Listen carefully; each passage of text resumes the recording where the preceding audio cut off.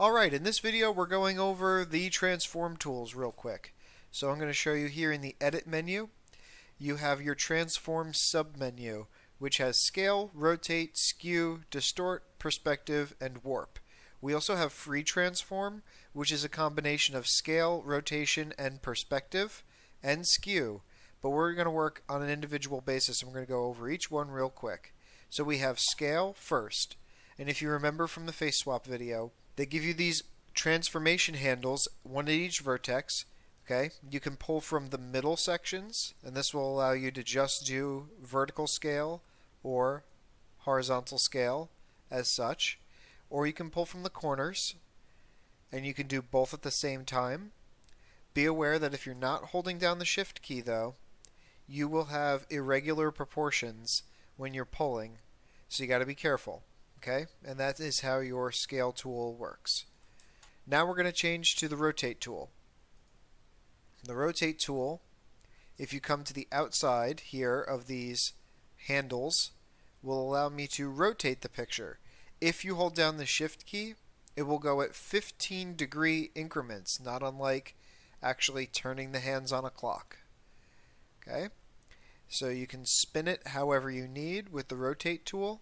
And if you haven't noticed, centered almost perfectly here on his crotch, there is the center mass tool, as I like to call it, or the center point tool. I can move this, and if I move this with the rotate tool, I can now rotate around that point in a different location. This is necessary sometimes when you're working in pictures where you don't need to spin it on the center point.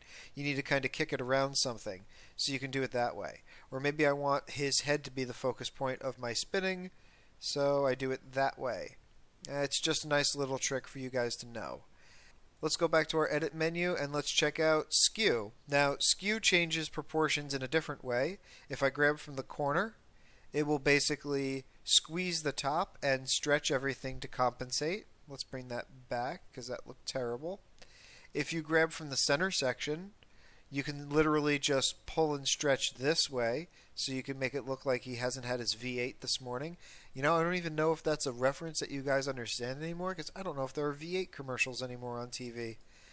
And if you don't know what I'm talking about, just smile and nod. We'll move on.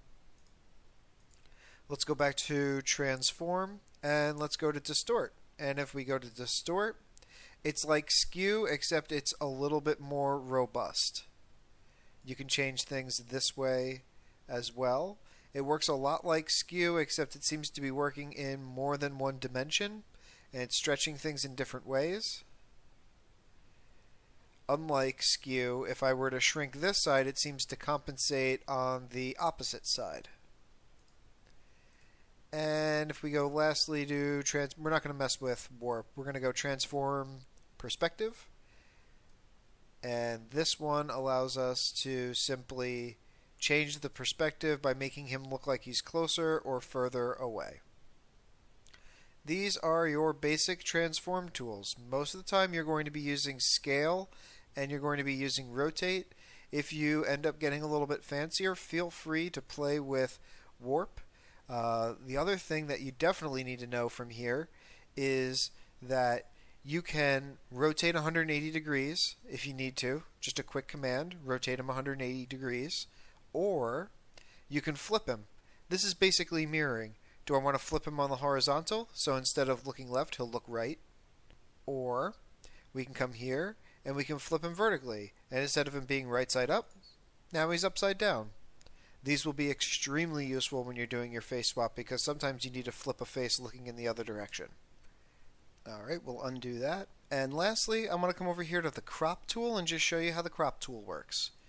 The crop tool will put little boundaries around here that will allow you to remove portions of the picture that you don't want. Now, it works geometrically.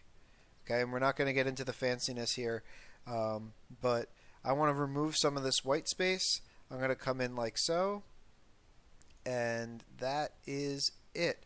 I hit the check mark up here to approve, and now my picture is smaller. I decide, I didn't need his legs anyway, so I'm just going to crop that chunk out. Okay, and that's the crop tool.